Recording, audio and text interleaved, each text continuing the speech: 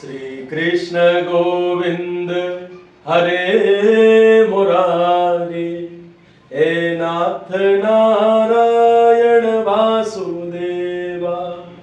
श्री कृष्ण गोविंद हरे मुरारी, हे नाथ नारायण वासुदेवा।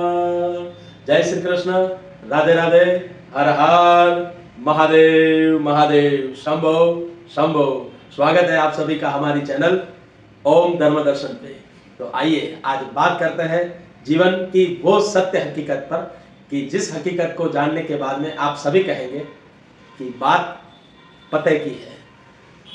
आप लोगों ने कई व्यक्ति विशेष के मुंह से सुना होगा कि हमारा घर मंदिर समान है, किंतु मंदिर समान कहने मात्र से घर मंदिर नहीं बनता है। क्योंकि मंदिर में जो शांति, जो सुकून, जो सौम्यता, जो आनंद और जो संतोष की एक अलग फीलिंग हमें महसूस होती है, वो क्या आप अपने घर में कर पाते हैं?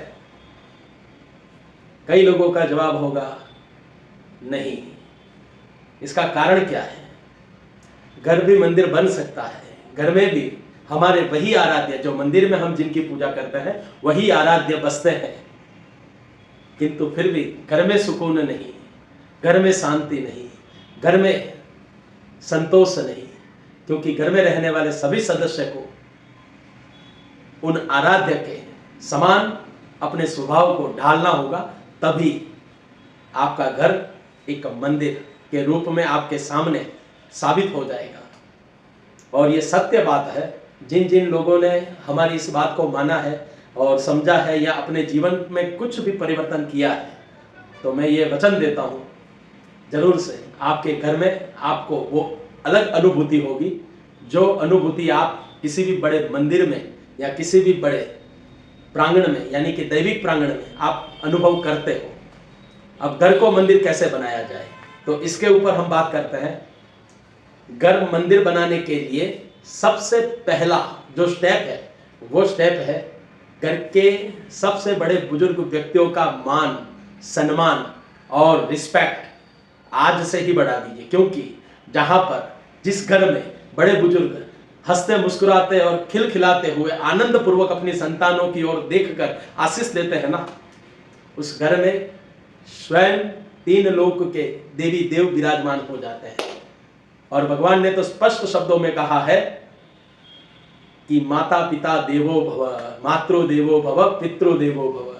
जो संतान अपने माता पिता की सेवा में सर्वस्व समर्पित कर देता है, उसे और कहीं तीर्थ जाने की जरूरत नहीं है। उसके लिए उसके माता पिता के पावन चरण ही सर्वप्रथम और सर्वश्रेष्ठ तीर्थ माने जाएंगे। चाहे उसके हाथों से कोई दान हो ना हो, कोई सेवा हो ना हो, किंतु यदि उसने अपने जनेता, अपने आप को बनाने वाले उस माता पिता को आनंदित पल का एहसास करवा दिया, तो समझिएगा उस पुत्र का या उस पुत्री का जीवन सार्थक हो जाएगा। दूसरा स्टेप, घर को मंदिर बनाने के लिए, ये सबसे अनमोल बातें हमारे ही चैनल पर आपको सुनने मिलेगी, सुनिएगा। दूसरा स्टेप क्या है? घर की जितनी भी औरतें हैं उनको ब्रह्म मुहूर्त में उठना चाहिए, बिल्कुल जरूरी है। उठकर अपने स्नानादि कार्य करते हुए घर की साफ सफाई और घर में शुद्धता, पवित्रता और भक्ति का एक दीपक अवश्य लगाना चाहिए, जिस दीपक की रोशनी से पूरे घर में रहने वाले प्रत्येक सदस्य में और प्रत्येक सदस्य के जीवन में एक आध्यात्मिक प्रकाश की शुरुआत हो जाए। कहा जाता है कि जो स्त्री अपने बच्चों के, अपने सास ससुर के या अपने माता पिता के या अपने पति के लिए व्रत, उपवास और धर्म कर्म के कार्य में सदैव ही आगे रहती है, वो घर कभी भी दरिद्र से घिरा नहीं जाता है, वो घर कभी भी अकाल मृत्यु से पीड़ित नहीं होता है, उस घर में कभी भी धन की कमी नहीं होती है, जिस घर की औरतें ब्रह्म मुहूर्त का पालन करती है। तीसरा स्टेप, घर में सबसे छोटे जो होते हैं वो बच्चे, बच्चों को अच्छे संस्कार दीजिए। धर्म भी सिखाइए, कर्म भी सिखाइए। क्या सही है, क्या गलत है, क्या राइट, क्या रॉन्ग, बिल्कुल समय निकाल कर, जितना समय आप अपनी मोबाइल को देते हो, जितना समय आप अपनी टीवी या अपने जो भी मनोरंजन साधनों को देते हो, उनमें से कुछ आधा समय भी यदि आपने अपनी संतानों को दे दिया तो याद रखिएगा, आपका बुढ़ापा होगा और उनकी जवानी। जब सर समाज में ऊंचा कर कर आप चलेंगे, तब ये मेरी बात आपको दिमाग में जरूर से याद आएगी कि बिल्कुल ये बात मैंने कहीं सुनी थी और आज अनुभव कर रहा हूं या कर रही हूं। बच्चों को अच्छे संस्कार, अच्छी परवरिश और अच्छा आध्यात्मिक ज्ञान, और उन्हें खास तौर पर सिखाइए कि कमाना 2 हाथ से है, लेकिन एक हाथ से किसी की हेल्प जरूर करनी है। कहीं ना कहीं किसी ना किसी रूप में, जहां पर भी आवश्यकता लगे। एक इंसानियत का धर्म यही है कि एक व्यक्ति दूसरे व्यक्ति के कार्य में आकर खड़ा हो जाए। परमात्मा सदैव ही उन बच्चों पर, उन व्यक्ति विशेष पर, उस परिवार पर अपनी कृपा बरसाते हैं जिस परिवार से आने वाली लक्ष्मी का कुछ हिस्सा जरूरियातमंद लोगों के लिए, प्राणी मात्र के लिए या किसी भी आवश्यक व्यक्ति विशेष के लिए दिया जाता है। भगवान नहीं कहते हैं कि आप मंदिर में आकर 500, 1000, 2000, 5000, 10,000 या 20,000 डालो। भगवान ने कभी नहीं कहा है, क्योंकि भगवान के तो भंडार भरे हुए हैं मेरे भाई। भगवान देता है, आपसे कुछ लेता नहीं है। भगवान उसे ही बोला जाता है जिसका कोई पार नहीं है। भगवान का दूसरा नाम ही दातार है।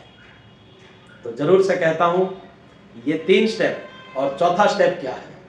घर के पुरुष को, जो घर का जिम्मेदार व्यक्ति है, उसके लिए ये चौथा स्टेप बहुत जरूरी है। सुनिएगा गौर से।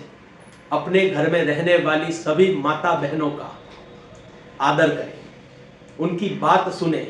यदि बात उनकी गलत लग भी जाए या गलत लगती है तो उसका विरोध किए बगैर उसे शांतिपूर्वक उस बात का पूर्ण रूप से परिणाम समझाए कि ये जो तुम्हारी सोच है, उस सोच के ऊपर कार्य करने से आखिर परिणाम क्या आएगा, उसका पूर्ण रूप से विस्तार से समझाना, ये एक पति का, एक पिता का, एक बेटे का और एक जिम्मेदार व्यक्ति का सबसे पहला अधिकार है। क्योंकि कहा जाता है, जन्म से लगाकर जवानी और जवानी से लगाकर जवाबदारी जब तक इंसान के हाथ में होती है, जीवन के सबसे बड़े फैसले भी उस जिम्मेदार व्यक्ति के हाथ पर होते हैं, जो व्यक्ति घर में मुखिया कहलाता है। और 5वां स्टेप, साल में एक बार अपने भूमि भवन में यज्ञादि कर्म जरूर कीजिएगा। यज्ञादि कर्म का मतलब होता है, कोई बड़ा यज्ञ नहीं करने को बोल रहा हूं मैं, किंतु छोटी सी भगवान श्री सत्यनारायण की कथा भी आप करवा सकते हैं। कथा छोटी है, उसका महत्व विशाल है। पूरा ब्रह्मांड जिनमें समा जाता है वो सत्यनारायण। सत्यनारायण कथा यानी आपके जीवन का सबसे बड़ा दैविक उपहार। जिस घर में सत्यनारायण कथा साल में एक बार होती है, वो घर सदैव ही प्रगति के पंथ पर चलता है। उस घर के सभी सदस्य दिन प्रतिदिन प्रगति करते हैं, और घर में यदि किसी प्रकार का कोई वास्तु दोष भी होगा, फिर भी वो वास्तु दोष भी अपने आप निराकरण हो जाएगा। यह है सत्यनारायण कथा का महत्व। तो आप सभी के लिए आज के लिए इतना ही। बहुत बहुत धन्यवाद। और आप सभी ने हमें बहुत सपोर्ट किया है अभी तक, और आगे भी कीजिएगा। आपका सपोर्ट ही हमारी प्रेरणा है। आपको यदि हमारा वीडियो, हमारा ये प्रयास यदि अच्छा लगा हो तो ज़रूर से हमारे चैनल को सब्सक्राइब कीजिएगा और लाइक कीजिएगा। और कोई भी क्वेरी हो तो आप ज़रूर मैसेज कीजिएगा। हम हो सके उतना प्रयास करेंगे कि आपके प्रश्नों का उत्तर दे पाए। ठीक है, तो आज के लिए इतना ही। हमारे साथ बोलिए, जय श्री कृष्ण। नमो भगवते वासुदेवाय नमः।